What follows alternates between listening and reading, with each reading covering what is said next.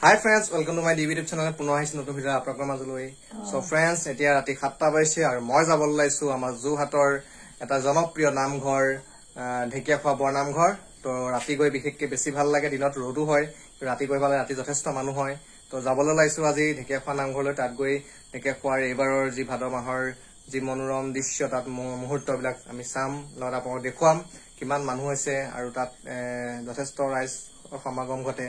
তো বলক বিশেষ দেৰি নকৰো আৰু মোৰ লগত আছে আমাৰ আইতা, এজনী মোৰ আইতা হয়, ভালকে চাই লওক। কি কবি তই, কৈ দিয়ক কিবা এটা ৰাইজক।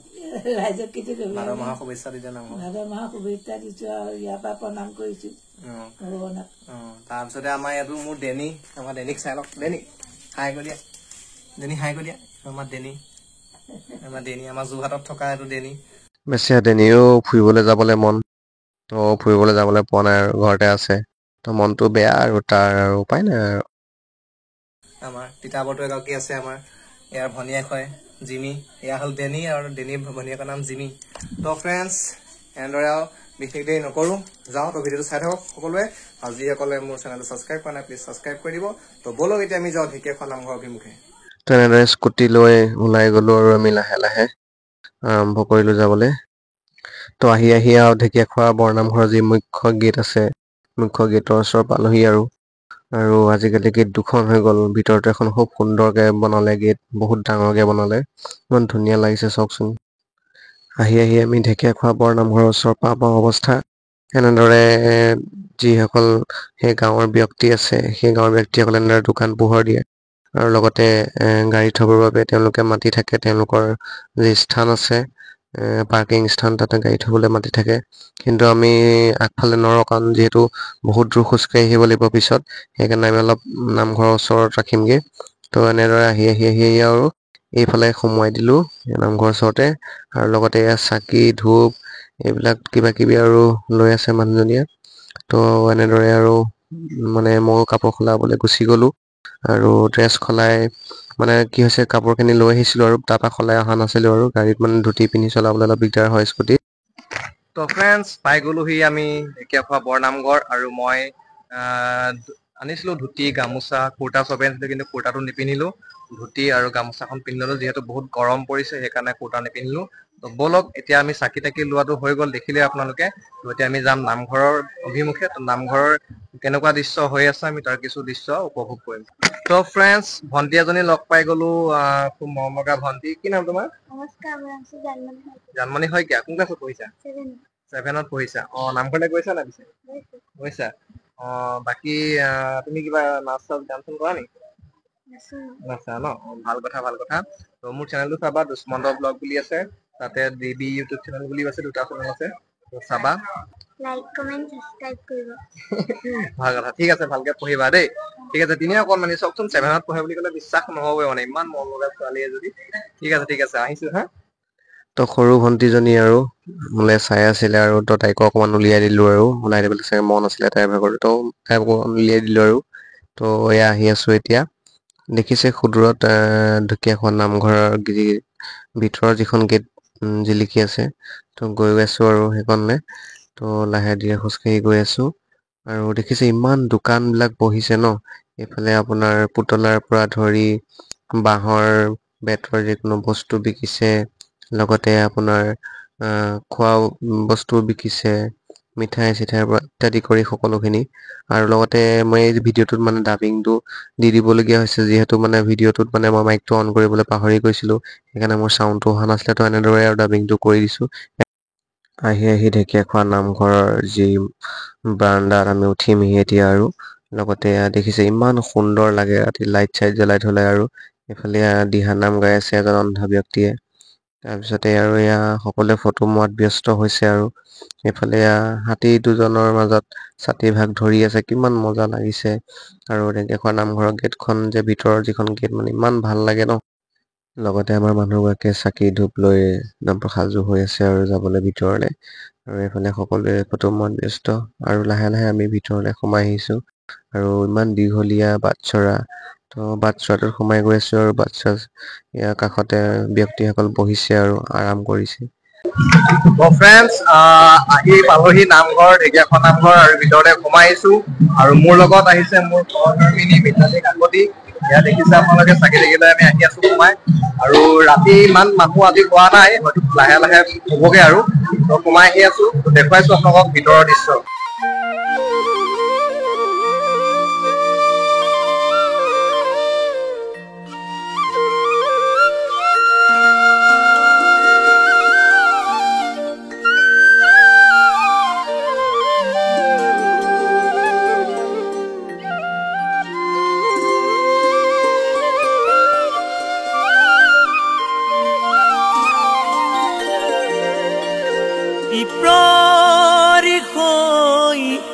খবৰ সখা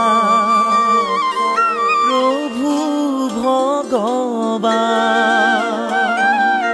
তথাপিতো দুখৰ পৰা নাই পৰিত্ৰাণ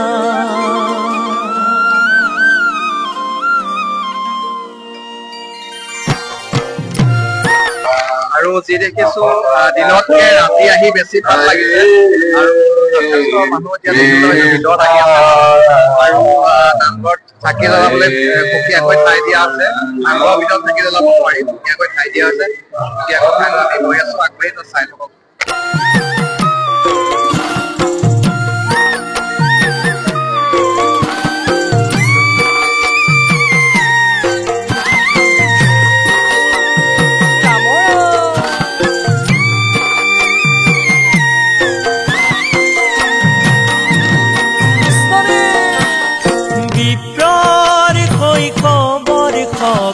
প্রভু ভগবান তথাপিতো দুখৰ পৰা নাই পৰিত্ৰাণ কিদৰেনো আছো আমি সংসাৰত জীয়াই চাইছো আহি এবাৰ আমাক যদুৰাই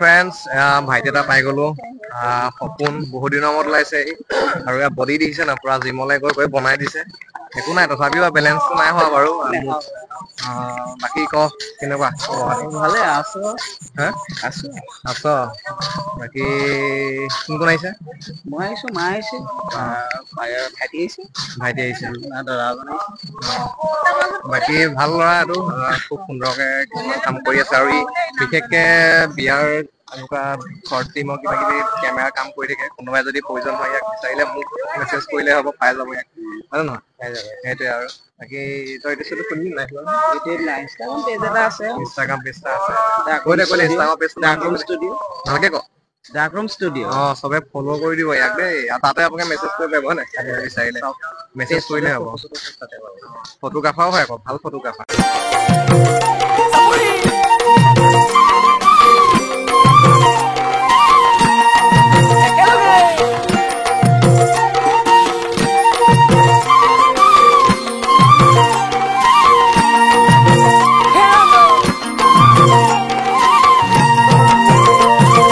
চাউল চিৰা হাতে বান্ধিল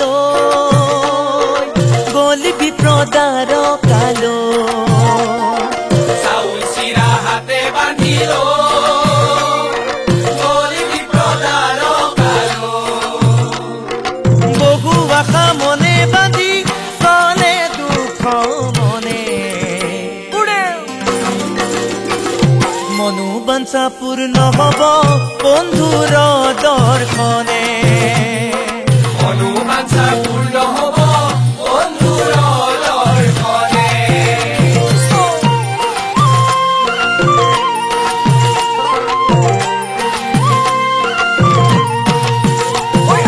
ভকতৰ ভয়হাৰী প্ৰভু নাৰায়ণ কৃষ্ণ কৃষ্ণ বুলি বিপ্ৰে কৰিলে ভকতৰ ভয়হাৰী প্ৰভু নাৰায়ণ কৃষ্ণ কৃষ্ণ বুলি বিপ্ৰে কৰিলে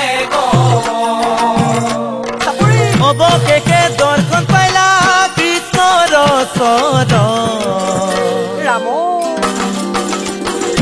ধন্য ধন্য হইল আজি বিপৰ জীৱন